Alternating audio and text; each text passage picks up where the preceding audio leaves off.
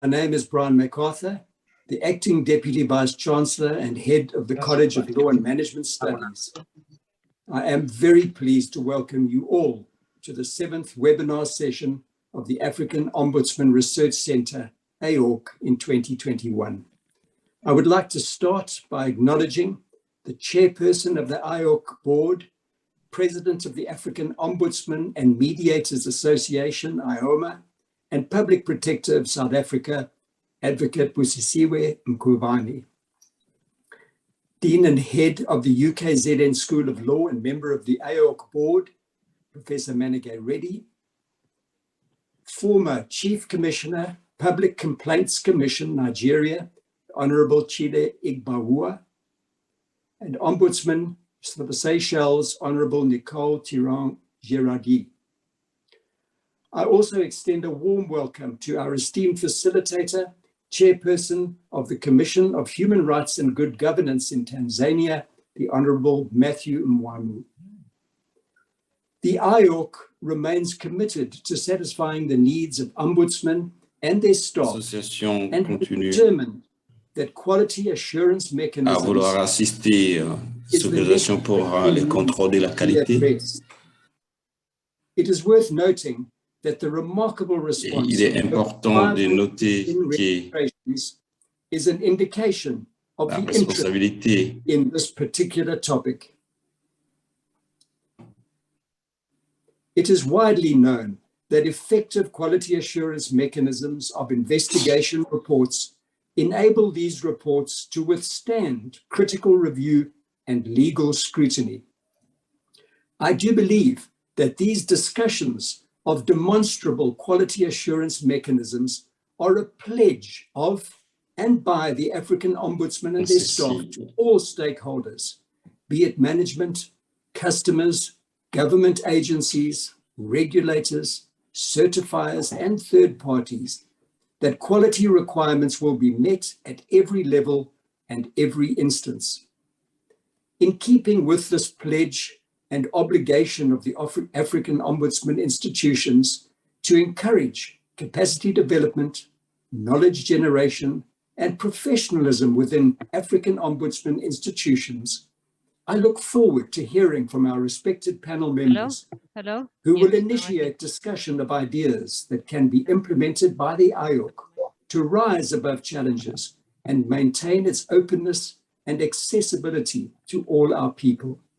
I'm optimistic that the sharing of best practice today, and as a result, devising of applicable solutions, will enhance the good governance within Ombudsman institutions throughout the continent, protecting the rights of all of Africa's people. I once again welcome you to the 7th webinar session of the AORC in 2021. With these few words, it is my honor to now hand over to Advocate Mkhwebane, who will formally welcome you as the chairperson of AORC. Thank you very much. Thank you, Professor MacArthur, for such warm words of welcome. And thank you so much to the University of KZN for always hosting us, for always supporting us as the African Ombudsman Research Center and giving us all the support. I would also like to acknowledge and thank Professor Reddy, who's also a member of the AORC board. And thank you so much to the facilitator who's gladly accepted to run the program for us today. Honorable Matthew from the Tanzania, the chairperson of the Human Rights and Good Governance in Tanzania. And I would also want to welcome our speakers, Honorable Chile from Nigeria, and the Ombudsman of Seychelles, Honorable Nicole.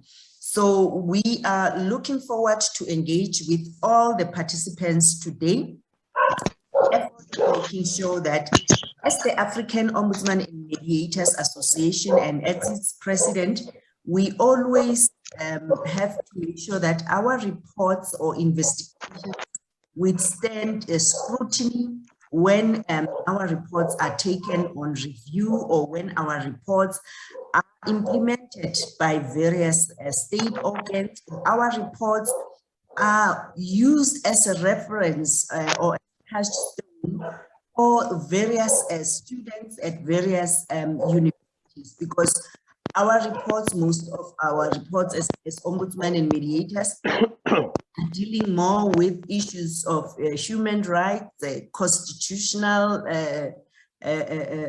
imperatives, and also issues of good governance. Therefore, that also leads to how we need to have ethical leadership, how we need to have transparency and accountability. Therefore, for us as the African Mediators Association, we give all the credit and appreciation to African Ombudsman and Research Center, which is hosting this 7th webinar. Therefore, I will hand back to the facilitator, Honorable Matthew Mwaimu, to lead us in this particular process, and welcome all the other counterparts from the world, actually, who are participating in this particular training. Thank you.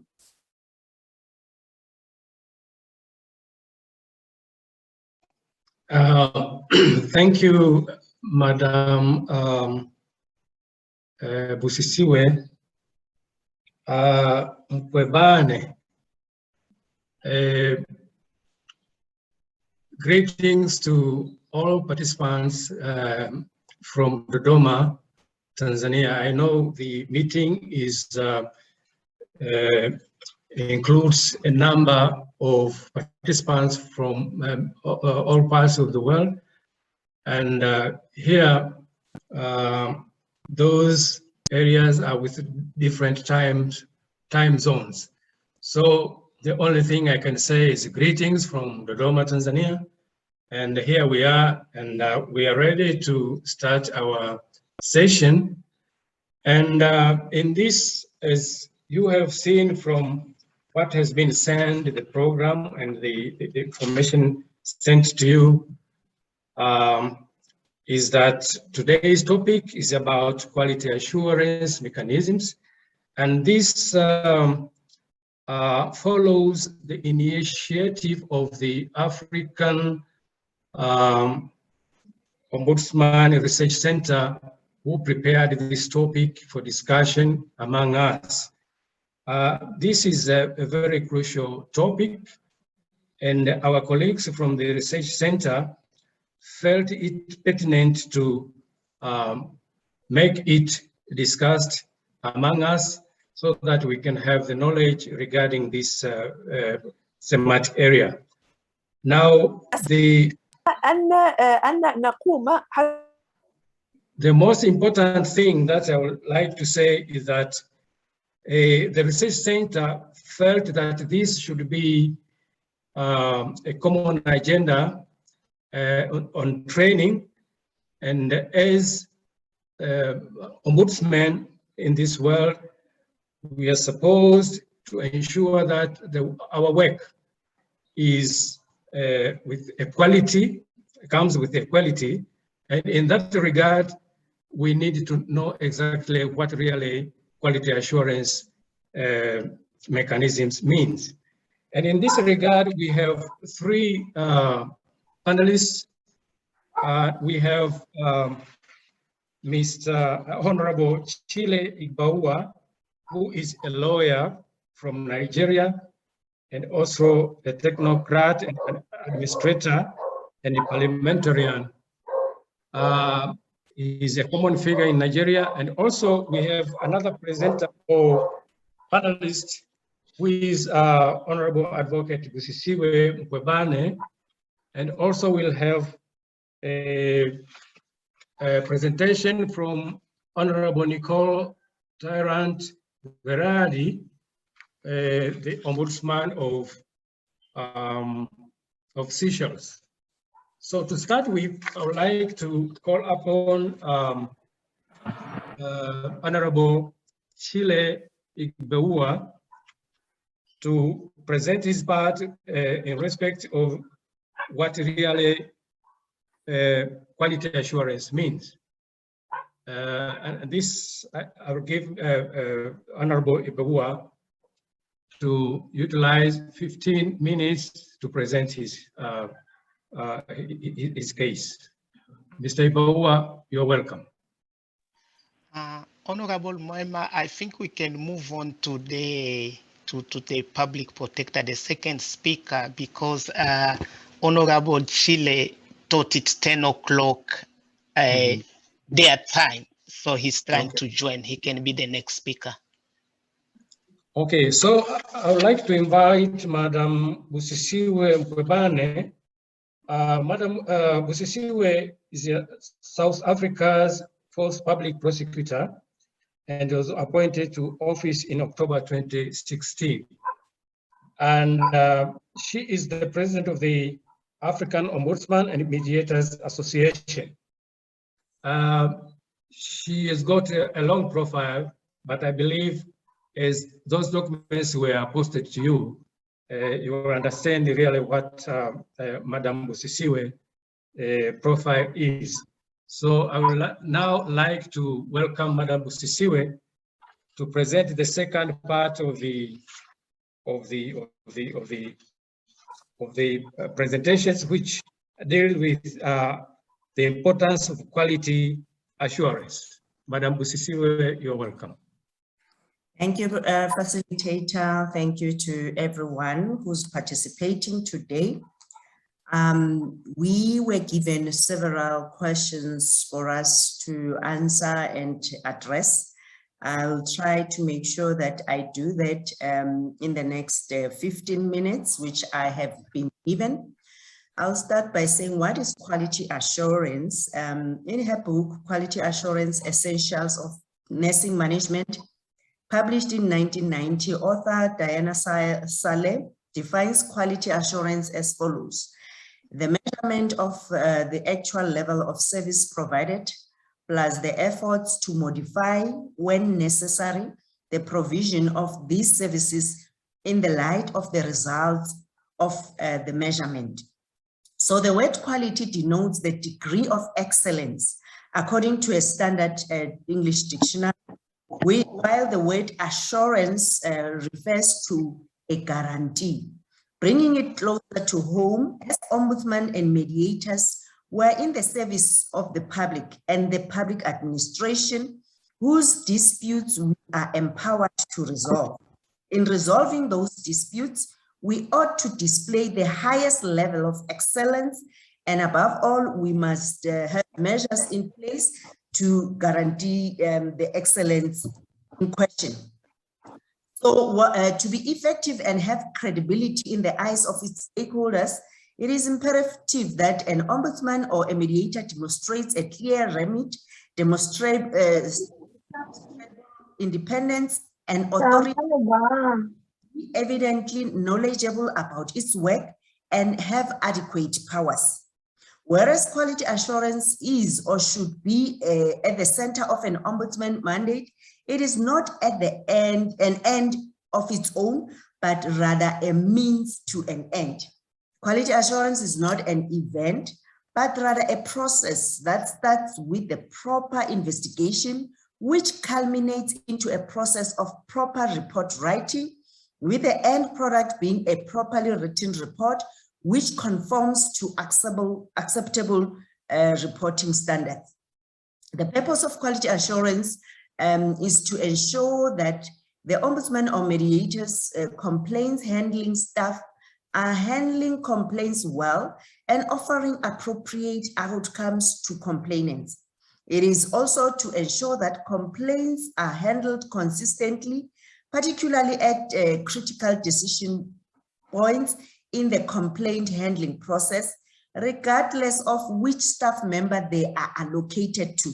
It is further to identify areas, trends, emerging issues in complaint handling performance where staff may need to develop their knowledge or skills and deliver targeted training in these areas. In addition, it is to ensure that investigation standards and timeframes are met and reasons for delays are recorded. According to the Western Australian Ombudsman, whose view on this matter I share, promoting, ensuring, and controlling quality means striving to be fair and impartial, that's one, and observing procedural fairness in all of our work. Secondly, consistent in our responses and decisions, ensuring accuracy and courtesy, rigorous, and ensuring our decisions are supported by appropriate evidence, and responsible and making appropriate and proportionate remedial action and suggestions that consider both costs and benefits and unintended consequences. The next one, efficient and focusing on key issues and understanding our work in a timely way, at least cost. And the last one, responsive and cautious in our communication and keeping agencies and complainants informed.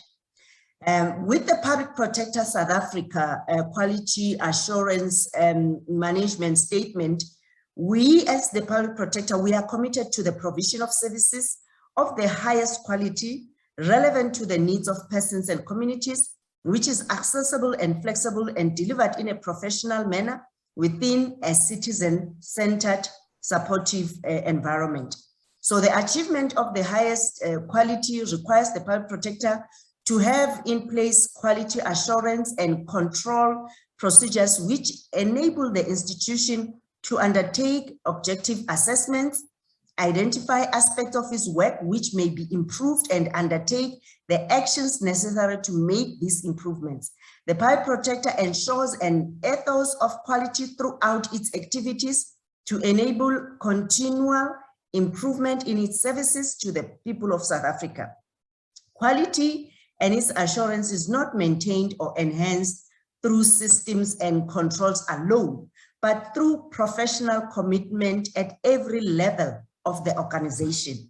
Hence, quality management cannot be isolated or delegated in a way that absolves anyone from some responsibility. Quality does not just happen, but requires strategic planning initiatives that seeks to maintain consistent and progressive cycles of quality.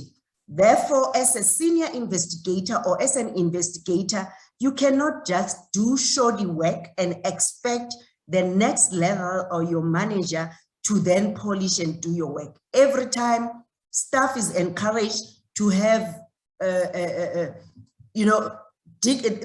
portray that dignity and integrity in the work which they produce. So our commitment to the provision of quality services flows from the constitutional provisions establishing the Public Protector as an independent institution that is only subject to the Constitution and the law, that is impartial, and must exercise its powers and perform its functions without fear, favor, or prejudice. So as an institution, quality assurance implemented through the staff members and managers have the responsibility to deal with complaint handling and related activities, including outreach, communication, stakeholder management within the institution. So it assures observance of quality from the start of planning and investigation or dispute resolution process to producing an investigation report or settlement report. Therefore, each staff member or each investigator will have their own investigation plan, which they'll have to follow to the T.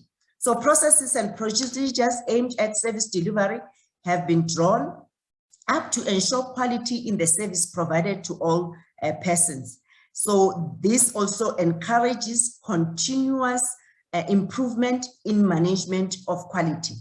The framework envisages that the Chief Operations Officer, the Executive Manager, Senior Managers, Provincial Representatives are primarily responsible for implementing the quality assurance of the work.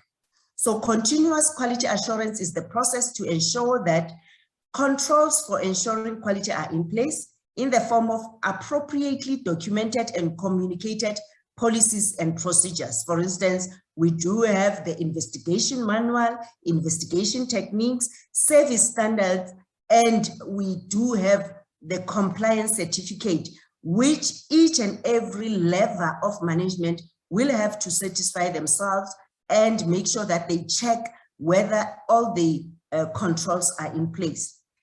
So as the public protector, we are following a logical framework comprising of the following steps: planning, executing, reporting, and follow-up phases in complaint handling processes and investigation, assigning the investigation to appropriate staff, and we have managers who are supervising the work of the investigation staff and review their work.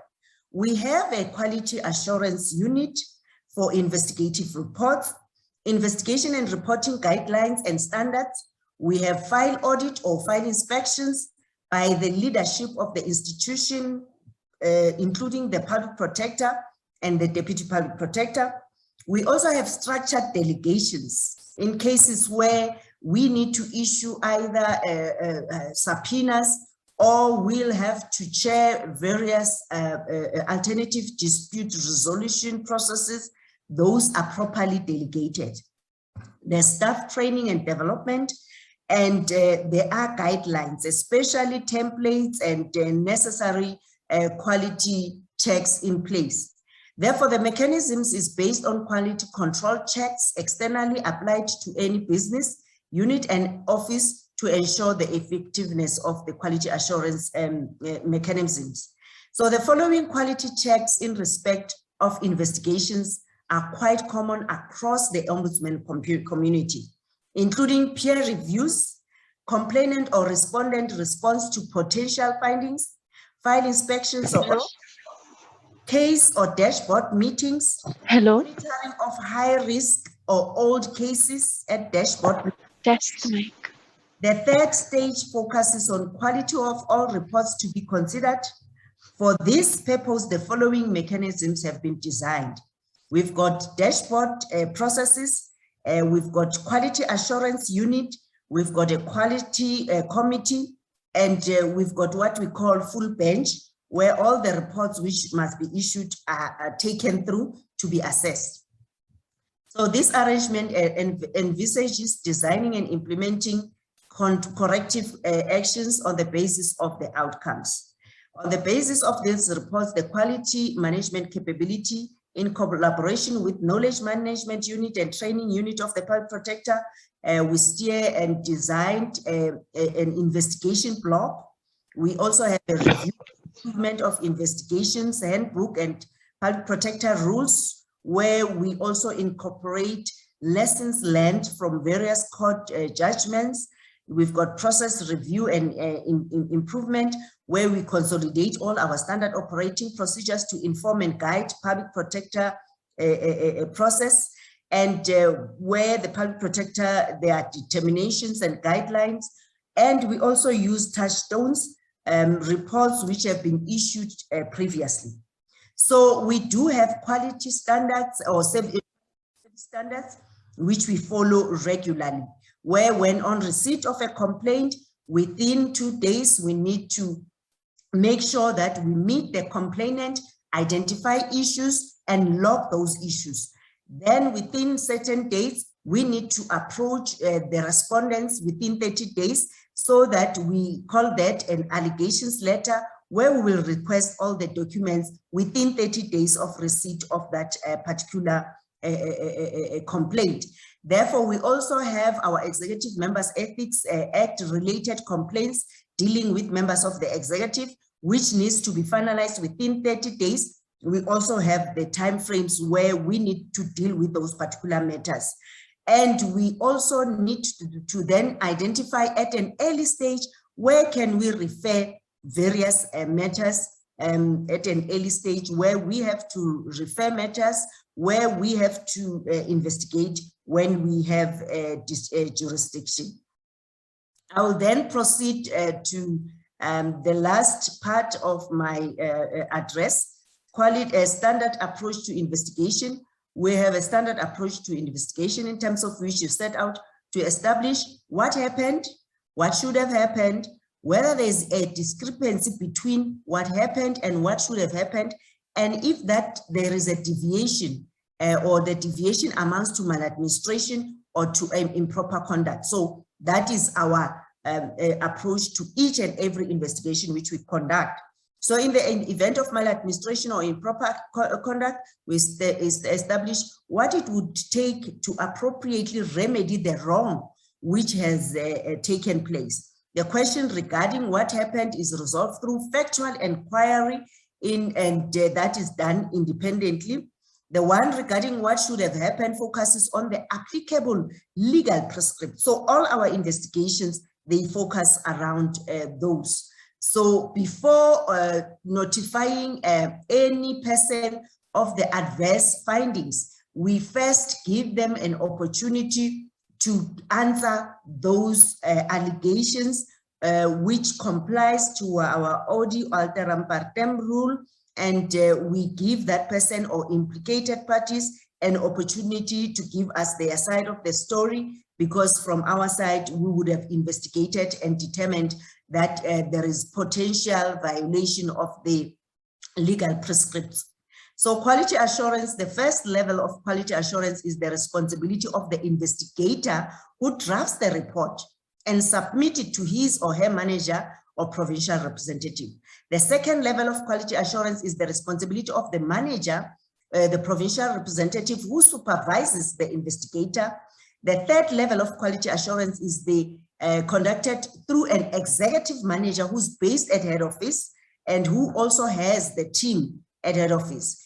Each level is required to verify and certify compliance with public protector standards, investigation model and approach, and the Office of the Chief Operating Officer has a quality assurance unit which assists the public protector with the standardization of the investigation reports with reference to approved guidelines on report writing. So quality assurance is not an event, but rather a process that starts with a proper investigation, which culminates into a process of proper report writing, investigation, which culminates into a very well captured report. As all Section 7.9 notices where we inform the implicated parties about the findings are checked at all management level and before they are handed over to the public protector for signing. And that process is also followed by when we finalize the reports. So we insist on the usage of simple English as opposed to legal jargon, so that our reports can be accessible to all, including those in the public administration who may not be legally qualified.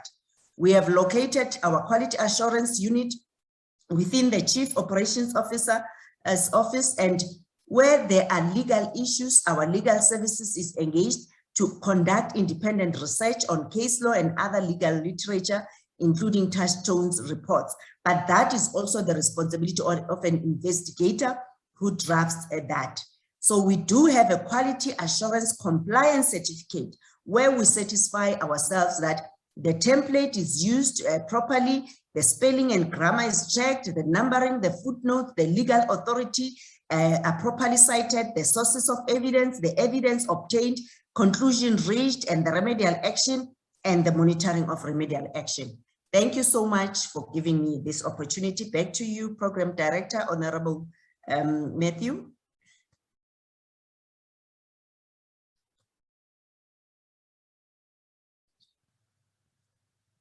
You are muted, Honorable Mwaimu. You are muted.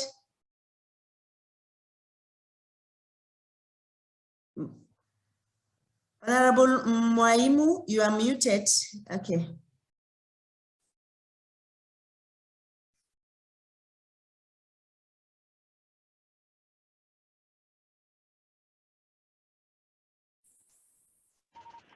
All right, it looks like Honorable Mwaimu has a bit of difficulties in connecting. but actually we can move on to the next speaker. We can move to Honorable Nicole Tiren, the Ombudsman of Seychelles. And then, yeah, we will get back to the facilitator later. Honorable Nicole, you have the floor. I will share your presentation for you.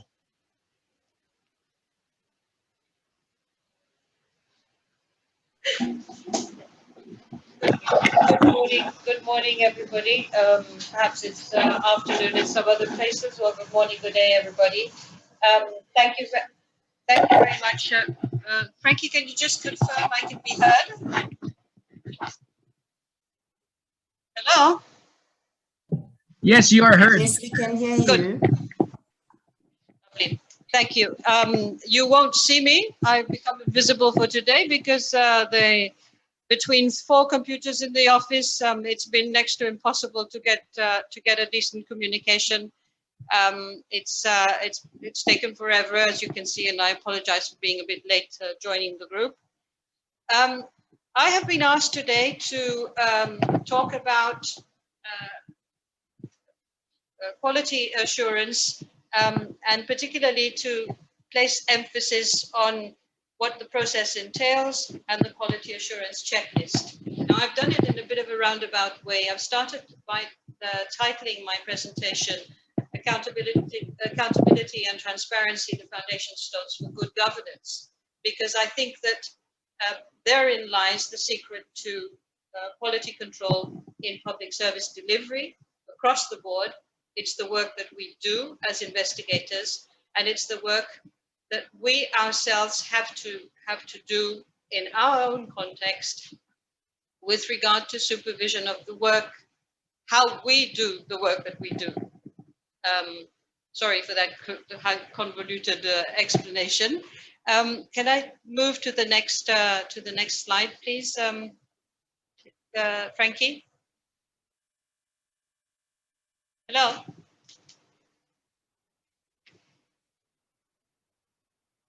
Frankie, the next slide, please. Thank you.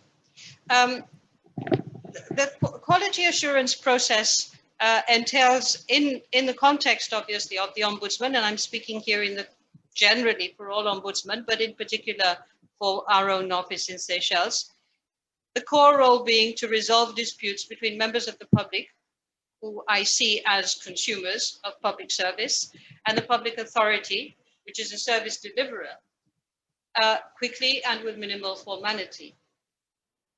The constitutional brief, obviously, of the Ombudsman being, in our context, set out in the Constitution, is a blueprint for making a real difference in the interaction between state and the public services that are given out, that state officials, public officers and authorities have the privilege and duty to perform. I underscore the need for that reflection on the privilege and duty, because sometimes public officers and public authorities, including ourselves, can think that we're above reproach, we're above the obligation to think in terms of quality services that we give, that we provide. The main objective of the constitutional role in our context is to identify maladministration, make recommendations to avoid the circumstances of maladministration from recurring. The next slide, please. Thank you. Quality in the public service. I found that it's important to point out that the quality control of public services, including our own, is this question of transparency and accountability. It is, for me, the litmus test for good governance, and in fact, is what we can call quality services. Checking for transparency and accountability leads us to two fundamental questions, which we can carry with us all the time. Does the decision maker have to account for the decision he or she has taken? And can this decision withstand scrutiny? Is it transparent? Can it be reasonably explained? can the person show within reasonable constraints how that decision was reached. And the quality of that good governance. The quality of that good governance is the result from the inclusive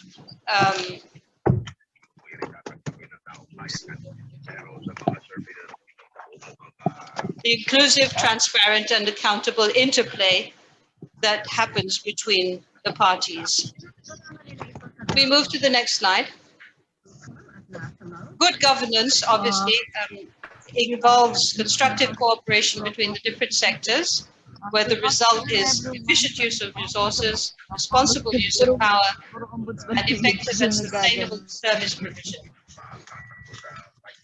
Good governance emerges when stakeholders engage and participate with each other in an inclusive, transparent, accountable manner to accomplish better services, free of corruption and abuse, and within the rule of law.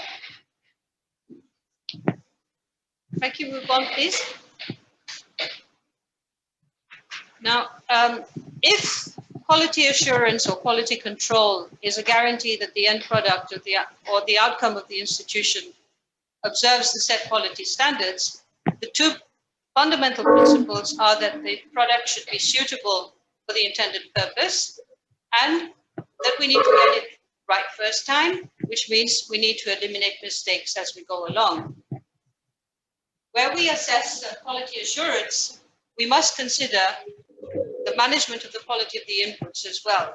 And that is why, in respect of the work of the Ombudsman, I emphasize the need for standard operating procedures, for best practices within the ministries, that all those criteria that will help us in reaching decisions, so that we have them there as a frontliner in order to be able to give us pointers as we go along in making decisions and in giving the services and providing the services that we do as we go along. Move on, please. In the Seychelles context, I wanted to underscore that unlike many other jurisdictions, not necessarily all of them, in our very small context, we have a single ombudsman. There are no dedicated ombudsmen for specific service sectors, which means that there is a very wide, in the context of the very wide service oversight role of the ombudsman over public authorities in Seychelles, we're left with a huge volume of work which comes to us from all the various sectors of the public service. I wanted to point out that the constitutional role of the Ombudsman is established in Article 144 of the Constitution. And there is a complete schedule, Schedule 5, which is basically the blueprint, the mandate of the Office of the Ombudsman in Seychelles. And in that mandate, there is a definition given to public authorities, which is extremely wide. And I often find that even when I present that to public officers in Seychelles, public authorities, they are quite surprised that seemingly everybody really falls under my control, because in Seychelles we have ministries, departments, divisions, agencies, corporate statutory corporations, as well as limited liability companies if the government is the majority shareholder and has the ultimate control. So we have a very wide range of agencies and authorities that fit this bill, and consequently bring all this very large amount of the public sector under the jurisdiction and watchful eye, as I say, of the Ombudsman. We move on.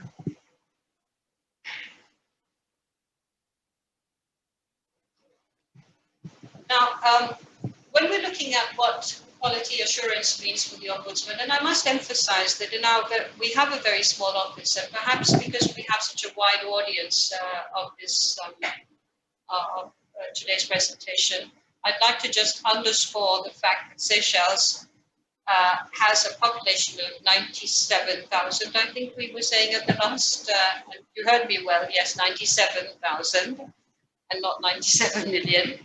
And we have, so when we're talking about the size of the country and the size of its administration, we must think in terms of relativity, which is a very small country. And for me, the quality assurance in the Office of the Ombudsman has this two-pronged approach. One, on the one hand, it's with the work that we do in looking into the public service and the public authorities that have been that are reportedly done something wrong on the basis of the complaint received, and in respect of our own work as investigators of that complaint, and how we put to task, so to speak, the various issues with regard to quality assurance. Fair and judicial is obviously the fundamental approach that our work as Ombudsman must follow. We need to be impartial, we need to be balanced, we need to observe procedural fairness, and we need to be seen to be observing procedural fairness. And obviously, the opposite of each point that I make in this slide is that we also expect as much from the public authority that we are investigating. So our approach to the complaint is to look at to what extent has that public authority been fair and judicial. Consistent, we need to have the same approach leading to the same conclusion. And that invariably is the type of complaint that we receive, where people come in and say, I have been treated this way as a result of these circumstances, and yet so-and-so has been treated in the opposite way. So it's, as we go into it, we need to find why is there the inconsistency? Bearing in mind that at the same time, this is one of the things that we ourselves as Ombudsman have to keep in mind, that our own conclusion must be along the same lines. We cannot afford to have a different conclusion to what we did in the same set of circumstances on a previous occasion. We need to be rigorous and thorough and ensure that our decisions are supported by proven facts. We need to be responsible, and we need to make appropriate and proportionate recommendations and suggestions that consider both costs and benefits and unintended consequences. Perhaps the most difficult approach to this is when you realize that what you are saying, what you are recommending as a way into the future, as a way forward in the complaint that you have looked into that happens to me often, is really a far-reaching recommendation that the law needs to be changed profoundly. And I'm sure the Public Protector of South Africa will understand where I'm coming from on this one. I have found numerous pieces of our legislation that have been handed over to us and handed down to us from previous administrations, and in particular, in our case, from the Second Republic, which was a one-party socialist state. And these laws continued to influence the way decision-making processes are made, which are no longer in conformity with the current constitutional obligations of the 1993 Constitution of the multi-party state democracy that we have gone into since then. The quality assurance also means efficiency.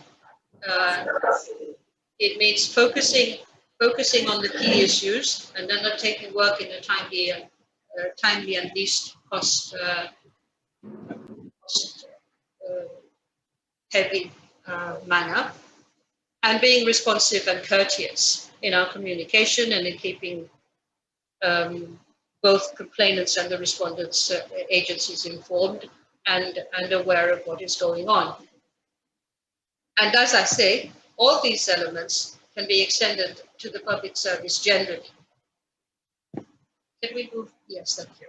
I thought this this particular slide would be useful. I picked it up from somewhere on the internet, but I thought that it covers quite well the quality control checklist that one could adopt, remembering that good governance actually equals good quality, so to speak.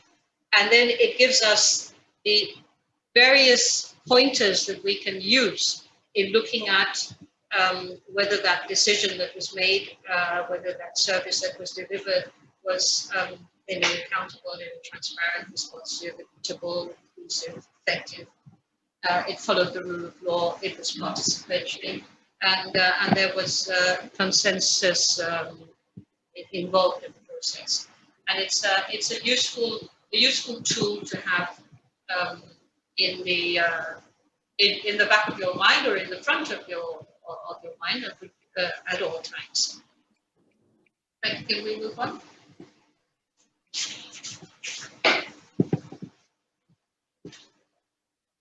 Frankie? Yes. I won't go into this one very much. It's the sort of standard quality assurance, and I think everybody has more or less spoken about it previously. If we can move to the next, the last two actually. Thank you. Last two slides. Next slide, please, Frankie. Thank you. Now, this checklist that we have established in our office, and again, I say our office is very small.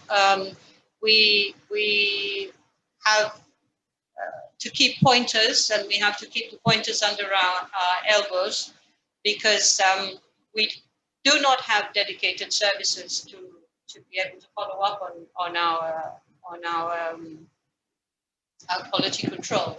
But it is pointers that are in the back of our minds all the time, that we keep in mind in order to ensure that the work that we produce is measured by a yardstick against which we can recognize good governance ourselves. I have set out 12 of them. First 6 on this page, and it continues, identifying the key issues, the relevant key issues, at the earliest possible stage, and not pursuing the irrelevant issues. Sometimes the most difficult part about quality control is actually being able to recognize those at a very early stage. Irrelevant issues sometimes seem relevant when you start, and as we go along, they fall by the wayside, and vice versa. Sometimes key issues are joined by what seem to be irrelevant and unnecessary at the start, and they join the bandwagon, so to speak, as we go along. And that means that there is a relative amount of fluidity in that process that perhaps needs to be fine-tuned. This is what I'm hoping this session will assist us with. Keeping all communication courteous, respectful, accurate, appropriate to the recipient. Again, this is it's a matter of being able to write, I suppose. It's the way in which the person will write that can make the difference between something being seen as irrespectful or discourteous. It does happen, and it is a regular, permanent feature of the work that we do to make sure that the letters that we write cannot be misconstrued, and we do that on a regular basis. Informing complainants regularly of the process. Yes, again, sometimes in small offices like ours, we get caught up. We get caught up in the institutional difficulties that we all have, and sometimes you forget. You forget basically to inform people. But it is again high on our checklist. Escalating priorities. With the cases that you get, obviously some come in and rather than join the queue, actually shove it to the head of the queue. This demands a lot of self reasoning, the perspective of the case itself will determine whether you give it a greater priority, move it further up the queue, or push it to the back of the queue. Again, in small offices like ours, you try to do that in order to be able to be hopefully more efficient on other points. Ensuring that the investigation is focused, is conducted in the full understanding of the law, is impartial, doesn't take into consideration irrelevant considerations, is obviously very high in that process. One, because you don't want to lose time, waste time, lose time, and you want to make sure at all times that whatever you do can actually stand the criticism of not having shown or having been partial in the way you reach that conclusion. Ensuring that complaints are handled consistently across the office, comply with our internal policies and guidelines and style guides and templates. And again, this shows the importance of having those templates, having those guidelines, having those internal policies very early in starting your work. The earlier you have them, the better for you, because then you already know. It's a bit like ticking the boxes to follow. What progress am I making? How well am I? Am I still on the road, or have I shifted off into the gutter? And that's a good way of making that happen. And the last slide, Frankie, please. Thank you. Ensuring that requests for information are clear, relevant, do not impose an unreasonable burden. I must admit that the unreasonable burden part is, I can be very nasty on that one, and I'm not particularly anxious that the burden is not unreasonable, because I think that sometimes the decisions that are taken, the choices that are made by public officers are so bad that nothing can be unreasonable in demanding that they explain and try to fix it as going forward. So, but yes, we need to be, when you do ask for information, you need to be clear as to what it is you want. You need to show the relevance to what you're looking into. And if it means digging into the archives, I don't think that I'm going to look at that as being unreasonable. And if it means finding archives that I know have disappeared, I think I take immense pleasure out of making the emphasis and demanding that be done, because I want the person ultimately to say, we've destroyed the archives, which can happen and does happen. Setting and meeting investigation timeframes, and I must admit that for my office, this is the most difficult. This is the most difficult criteria to go of my checklist. The one that I have most difficulty in keeping to. Timeframes are extremely difficult when you have small offices with few people, because we're all doing and shifting from one thing to another on a very regular basis. You start the morning doing one thing, and by the afternoon you've already moved on to 3 other things, because there is a certain degree of urgency in those being dealt with. Much more urgently, they've shifted up the priority list, so to speak. I'd love any ideas from the floor as to how you can surmount this obstacle. Ensuring that letters and reports are written in plain language and provide reasons each time. goes without saying. And then perhaps one of the more important things within our office for the future is to have accurate and complete record and data entries, so that you could pull up past events, past investigations, and past recommendations in a faster and more efficient way. And that comes sometimes with the data management software, which today makes it much easier, but which sometimes evades us. We don't have access to it for cost reasons or various other reasons. And perhaps if there can be a recommendation that comes out of this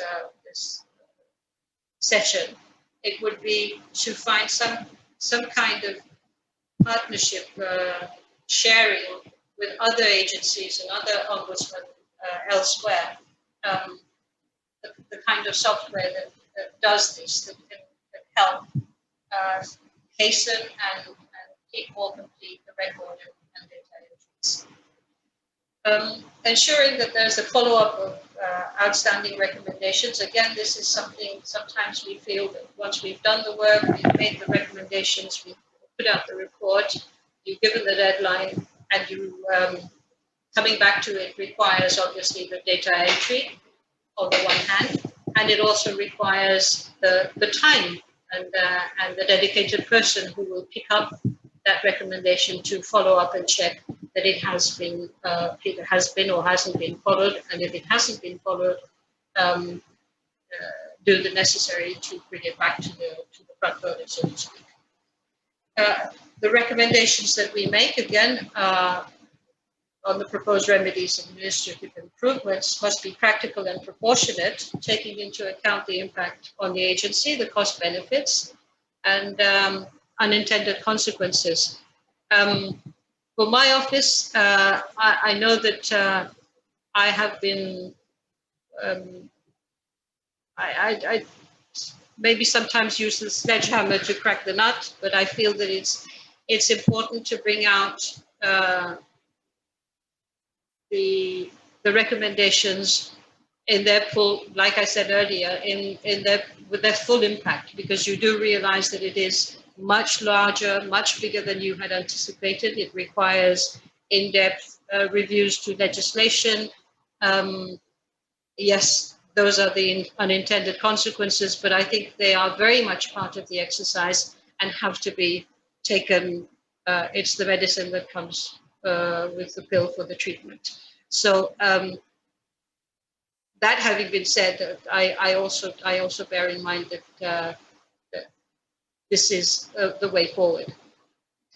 The last, just in conclusion, to my, like I said, keeping the watchful eye on the quality of public service delivery demands that permanent focus on the open, fair, transparent, and accountable manner in which public officers and authorities deliver the wide range of services in a modern administration in a democratic society. It's the interplay between the two, the public authority and the consumer service consuming public, that determines the quality of the resulting governance, which to be qualified good must withstand the test for transparency in the process and accountability in the results. Where the process is open to scrutiny and the public officer or authority is unable to render account or explain within reason how the end result is reached, the delivery of that public service leaves an open door to corruption, maladministration, waste of resources, and a dissatisfied public. Thank you. I hope I've been of some interest to you. Thank you.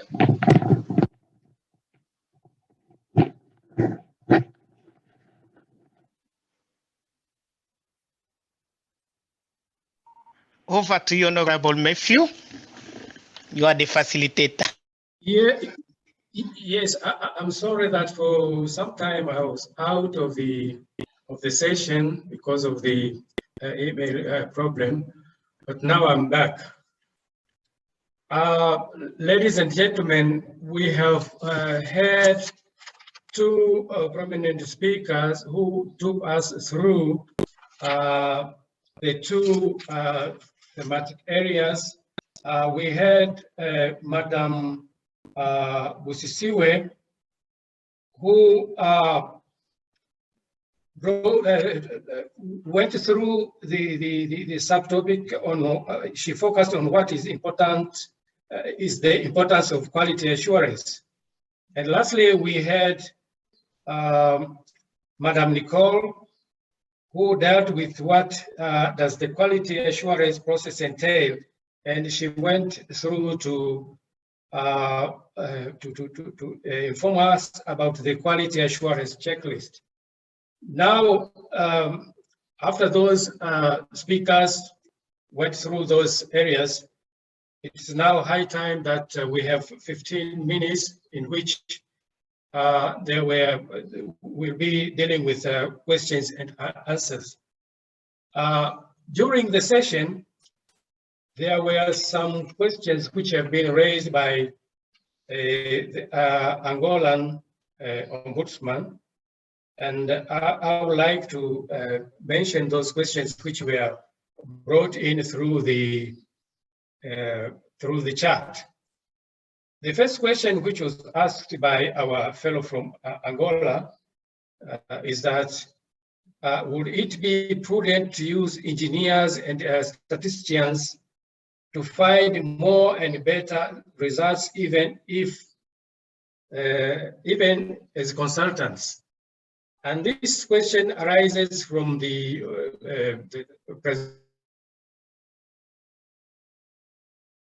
presentation made by Honorable Busisiwe. Will that be possible for Madam Busisiwe to respond to this question, please?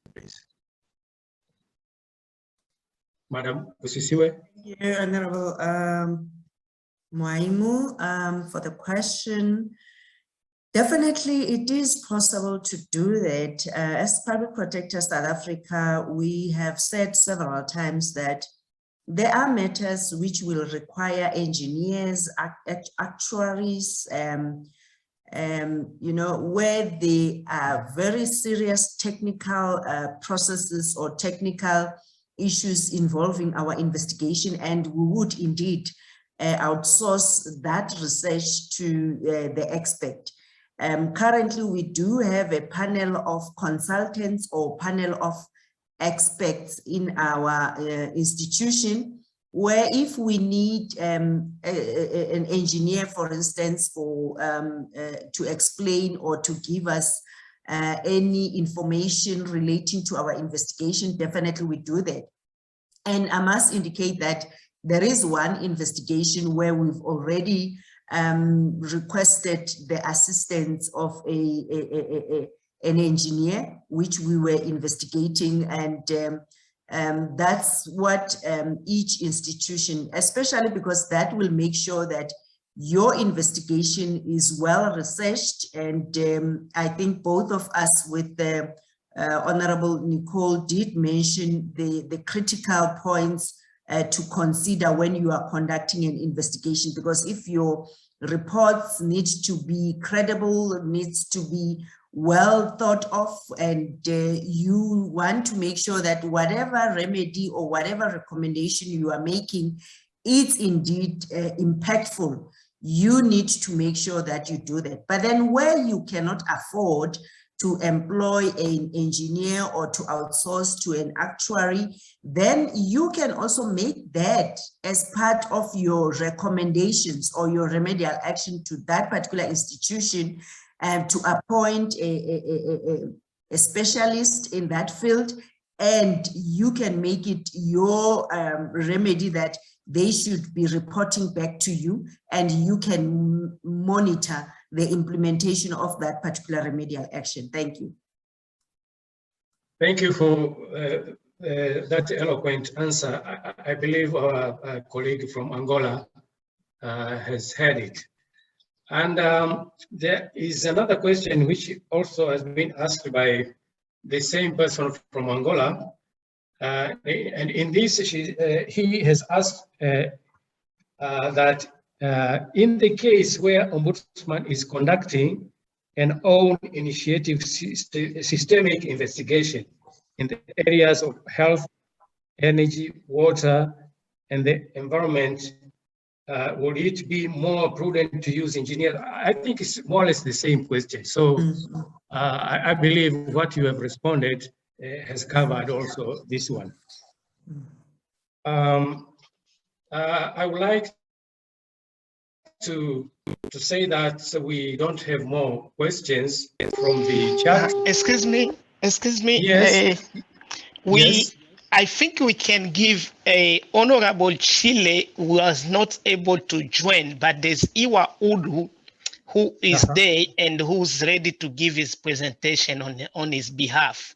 So I think we need to check if he's available and give him the 10 minutes because we still have time to give the presentation. Unless he's not available then we can move to the conclusion. Okay. So you connect in, please.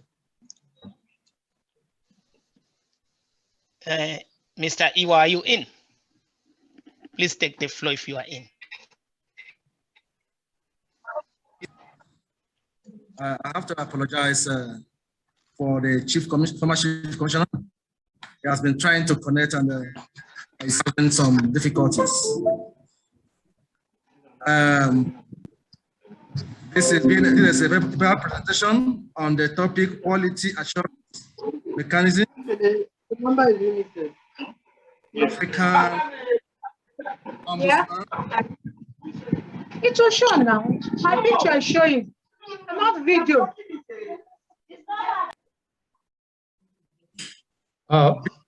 Being a test of our presentation on the topic quality assurance for African Ombudsman and their staff of the former and their staff by the former Chief Commissioner of the Public Complaints Commission, Chief Chile Bawa, Chief Ombudsman of the Federation, on a webinar organized by African Ombudsman Research Center, AORC. Introduction. Quality service is mutually beneficial to both the service provider as well as the service consumer. The quality of a product determines its appreciation and acceptability. In a competitive market environment, organizations strive for quality for purposes of securing preferences. Similarly, public institutions work toward quality service delivery because it is a critical factor for evaluating governance. The choice of the topic, quality assurance, for this webinar is therefore not only timely, but also appropriate. The discussion today is broken into 3 parts to be handled by 3 different speakers, and my mandate is to deal only with the conceptual issues of what quality assurance is. Put differently, it merely entails definition of the terms comprised in the topic, to wit, quality and assurance, severally and collectively as a management concept. The term definition of quality. The Oxford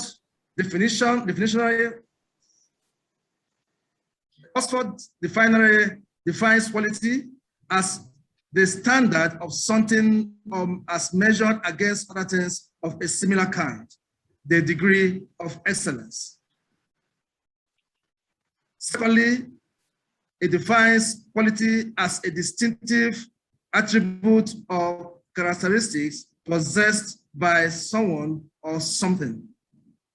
Management science, on the other hand, views quality as simply what the customer or stakeholder needs from the product deliverables.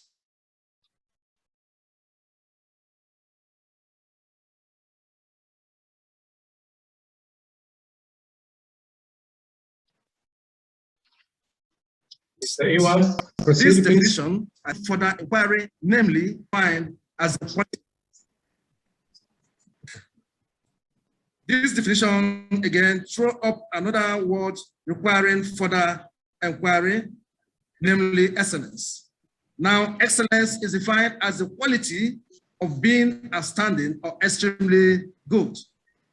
Certain deductions are now obvious.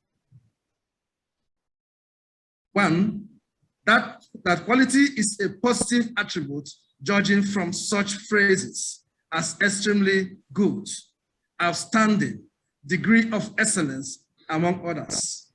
Secondly, that quality is relative in that it is a standard of something measured against other things of a similar kind. It means then that quality exists in grades, so one quality can be compared with another. Thirdly, that quality is desirable in the provision of both goods and services by both the service provider and the service consumer. It can be further deduced that subject to purchasing capacity, the higher quality, the more desirable by the consumer. Let me take it again. It can be further deduced that subject to purchasing capacity, the higher the quality, the more desirable the consumer. Assurance. Assurance, on the other hand, is defined as one, a positive declaration intended to give confidence or promise, or confidence or certainty in one's abilities. I will not bore you with the numerous occupational definitions of assurance, as this one meets the need for our purposes here. It can be deduced, therefore, that assurance is in the nature of a covenant or ordinarily irrevocable promises on capacity to deliver the desired thing. It means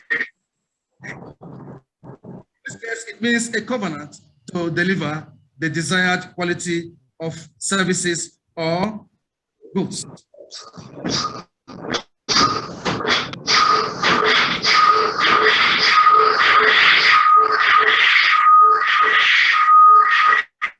Quality assurance.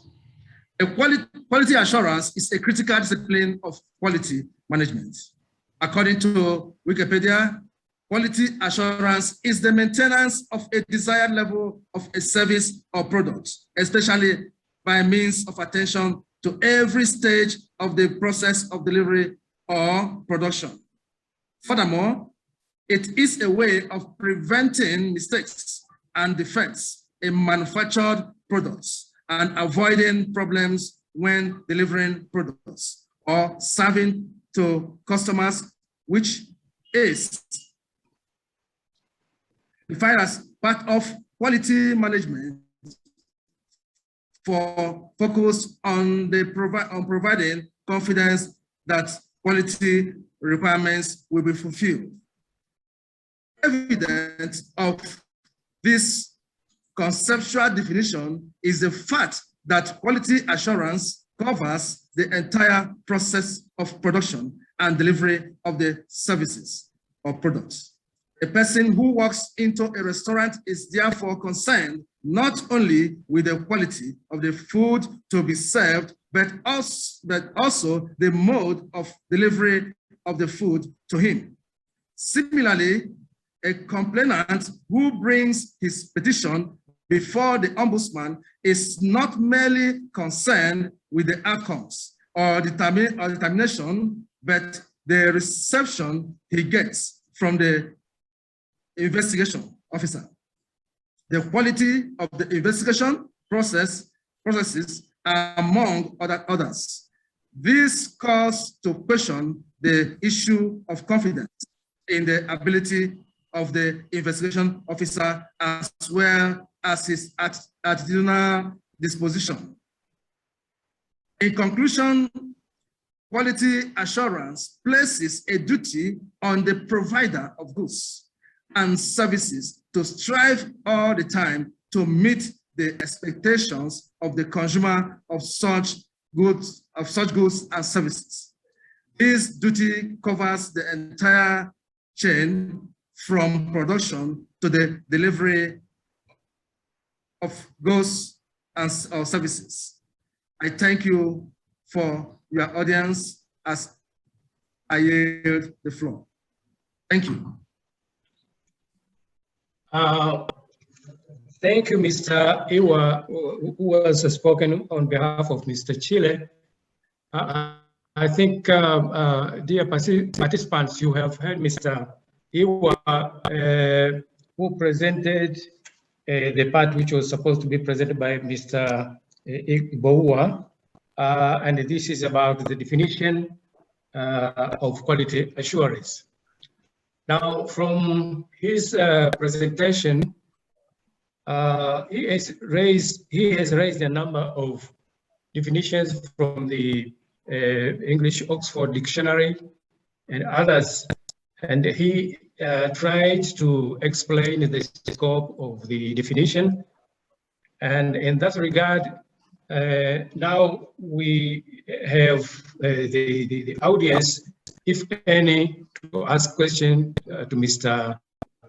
Iwa, if any, regarding the definition of quality assurance. Any question from the audience? Anything? On the chat, we've seen some members saying that they've sent some questions, but we don't see them. It's very unfortunate that they are not appearing on the chat. So it has been difficult for us to pose those questions to the speakers. Sorry, Honorable Matthew, can I read the questions out? I have them available. You have them. One question out? You have them available? Yes, there's a question from Mr. Johan Burr from the SA Military Ombudsman.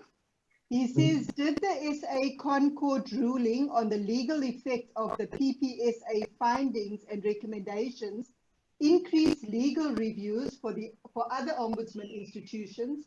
And secondly, do we as institutions need to explore different quality assurance processes to ensure our standing in serving the public?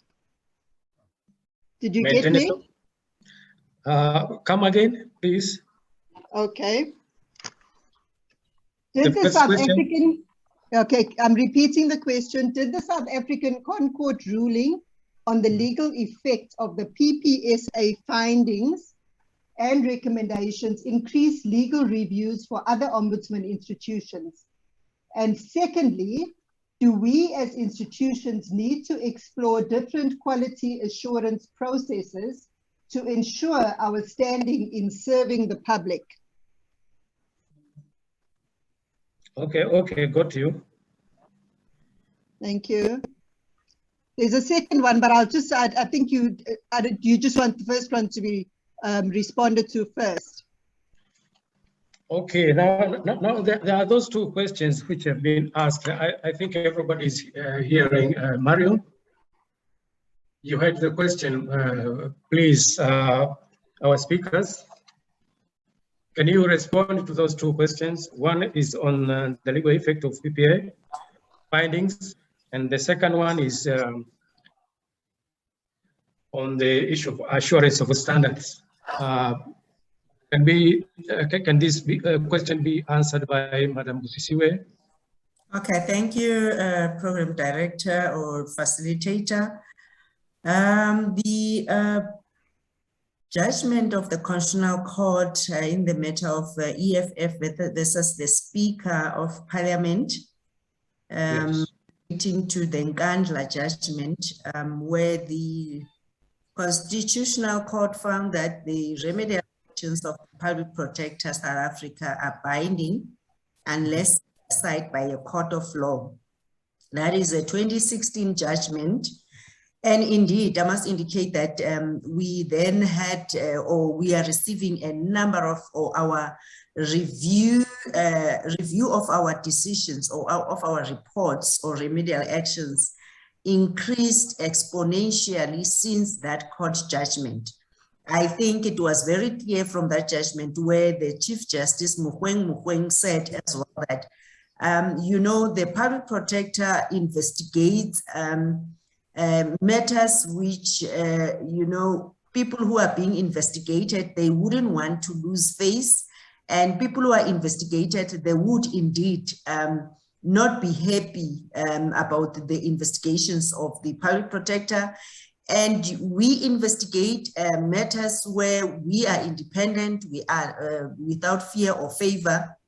And you find that some of those things we are investigating go deep into raw state power, and they would want indeed want to not be questioned or not be held to account. So yes, that has increased the review of our reports.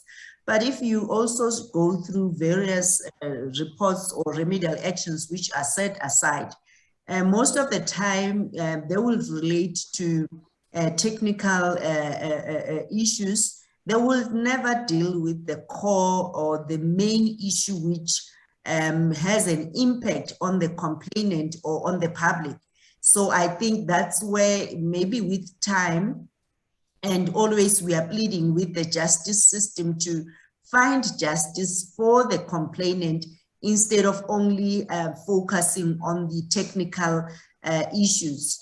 And I must indicate that that is only applicable in South Africa, public protectors or Chapter 9 institutions, remedial actions. Hence, always I would indicate or engage my counterparts in Africa that they must not want to have their remedies to be binding, because at the end of the day, that promotes antagonism between the ombudsman and the institution. So that judgment changed the face of the part of an ombudsman, because an ombudsman is there to work and to have those persuasive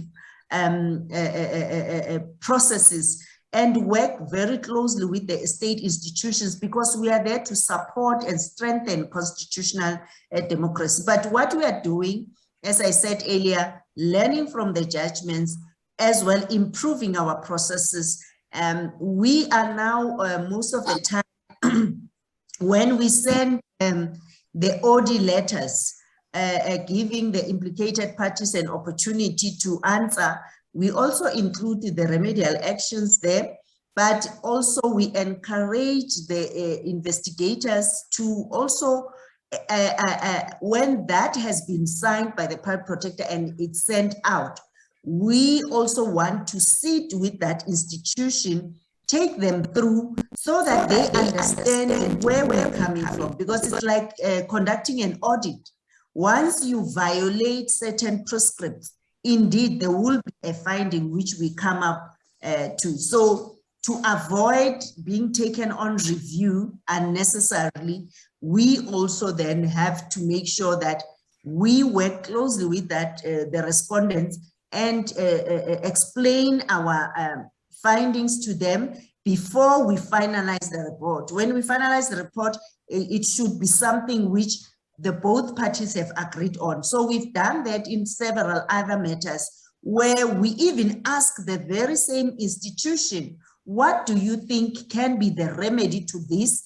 And what would you want to see going forward? Because as institutions or as ombudsmen, we should be dealing with the systemic problems, the system, uproot those malfeasance in the system. So public servants must see that, and we must assist them to see that and come up with the remedy to review that. I hope I've addressed both, because it was one question, it's just that it was posed in two parts.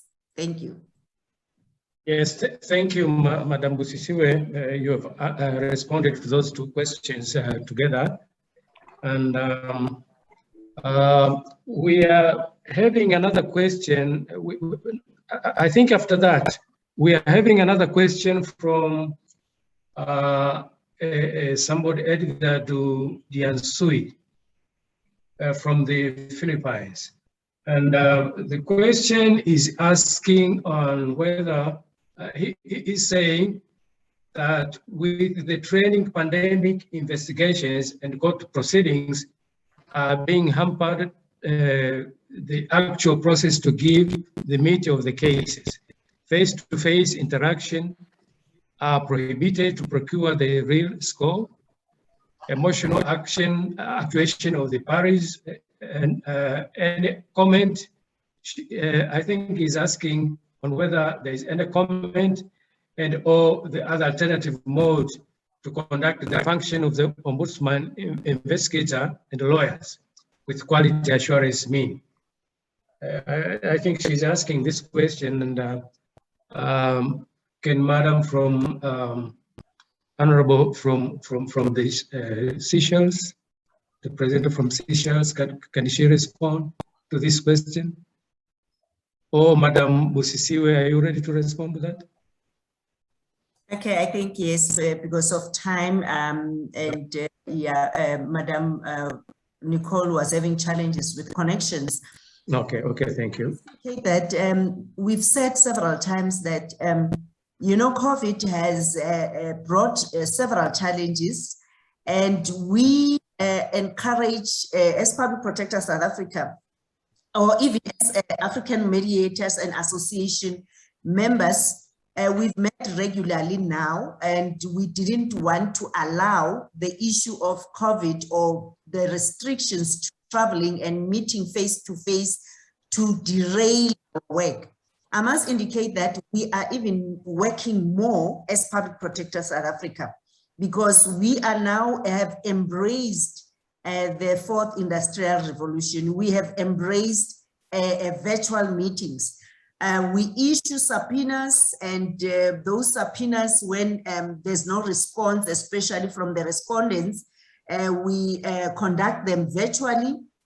And if the said institution is not complying to that, we even regard it as contempt.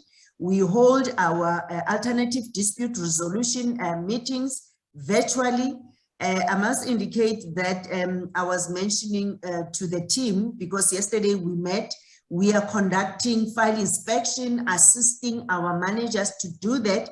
Myself and the Deputy Public Protector, I was saying to them, imagine we have to listen to the file inspection being presented by our investigators from Cape Town, 1,000 more kilometers away, but they had to take us through their work, and we had to give them the guidance with their managers. And that's what this COVID has made us to work smarter, because now we are able to do more work, and there's no challenges now of resources to travel, time on the traffic, and all those challenges. I think I will encourage a lot of officers and ombudsmen to embrace this and work more electronically, but then as well and improve on the security of our system. So I think that's the way to go, and this is more efficient. And I must indicate we are doing more work now that we are working from home. Yes, it's unfortunate sometimes we even work more hours, but then at least there is more focus. And I think even our investigators will produce more quality work.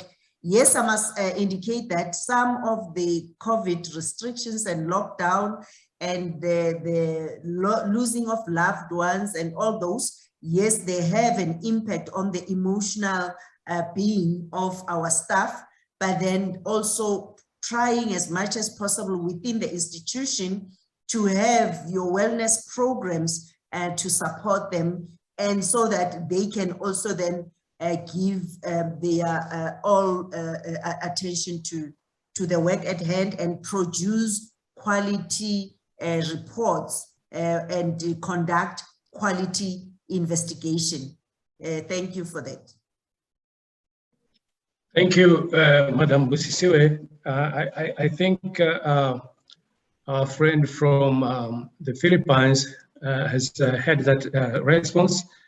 And it has been a very eloquent response. And I thank you, Madam Busisiwe, for those responses. And now we don't have any further questions. And Mr. Wela, I think I should proceed with the other part of our session. Is that right? Yes, sir. Yes, sir. Move on. All other questions will be posted on the website if there's any. Thank you very much. Now we are almost approaching to the end of this session, and I would like first of all to congratulate all the speakers. Madam Busisiwe, you have enlightened us so much what is all about the importance of quality assurance. We have Mr. Iwa, who represented Mr. Chile, who gave us the definition. And also we had our lady sister from Seychelles, Madam Nicole. I thank you for all those presentations. I also like to thank all those who sent questions and which were eloquently answered by you, Madam Busisiwe. And now I would like to make some few remarks from what has been presented. Dear colleagues, all what was said in this session is about the role of the Ombudsman. And this is in relation to investigation and reporting. Here, actually what has been said is that we are required to maintain the standards on the functions of the Ombudsman.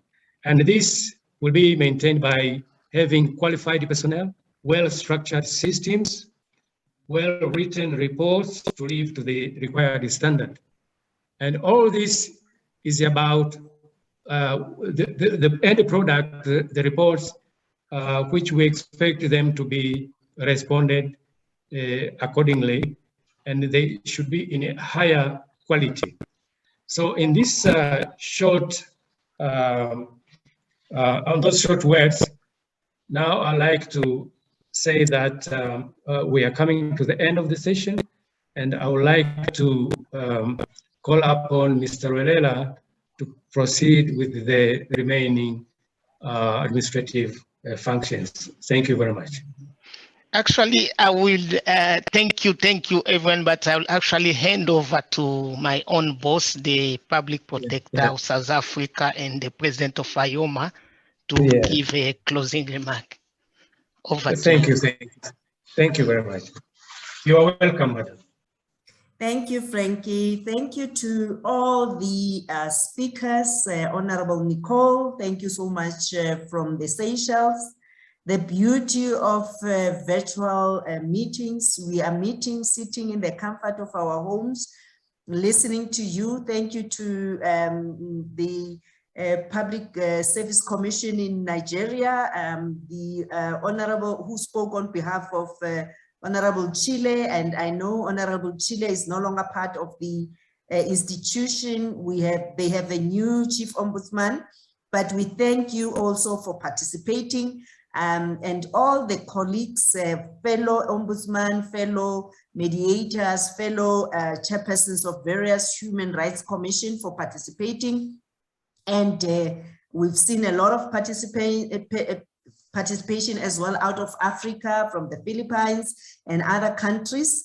Thank you so much for the participation, and it was well attended. We had more than 600, I think, participants, and we encouraged others to go on Facebook to watch it. It will be on our website, these presentations. Go back there, listen and learn more on how you can improve your quality assurance.